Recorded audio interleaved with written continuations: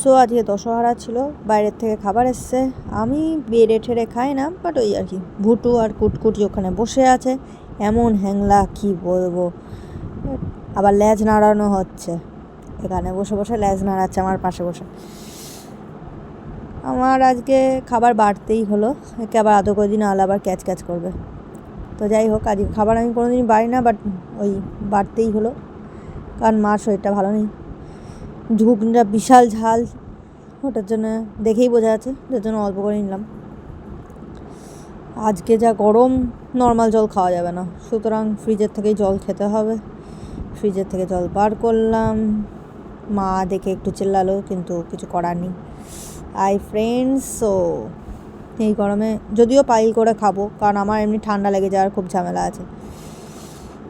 তোমাদেরও কি ঠান্ডা লেগে যায় নাকি এরকমই আমার মতো? তা ঠান্ডা লাগা কাঁধে কাঁধে ঝামেলা আছে তো আমার মতো তোমাদের। সো সবই গুছিয়ে টুছিয়ে প্রপারলি নিয়ে নিয়েছি। একটু পেঁয়াজ ভালো লাগে, কাঁচা পেঁয়াজ ছড়িয়ে নিলাম এরপরে। আর লঙ্কা আমার নিতে ভালো লাগে না, কারণ আমি ঝাল একদম খেতেও পাই না, ভালোবাসি না সত্যি কথা বলতে গেলে। এবার দুটো রুটি নিয়ে নেবো, কারণ আমি বেশি খাওয়া একদমই পছন্দ করি না, আমি অল্প করেই যেটুকুনি খাবো। আর বাইরের রুটি তো সেখানে বেশি নেব না, কারণ আমার সবসময় বাড়ির খাবারই বেশি পছন্দ যাকে বলে। তো এখন আমি খাওয়া স্টার্ট করব।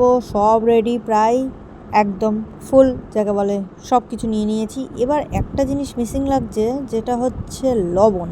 মা ওখানে লুকিয়ে রেখে দিয়েছিল, আমার লবণটা লাগেই, মানে কাঁচা লবণ ছাড়া আমি খেতে পারি না।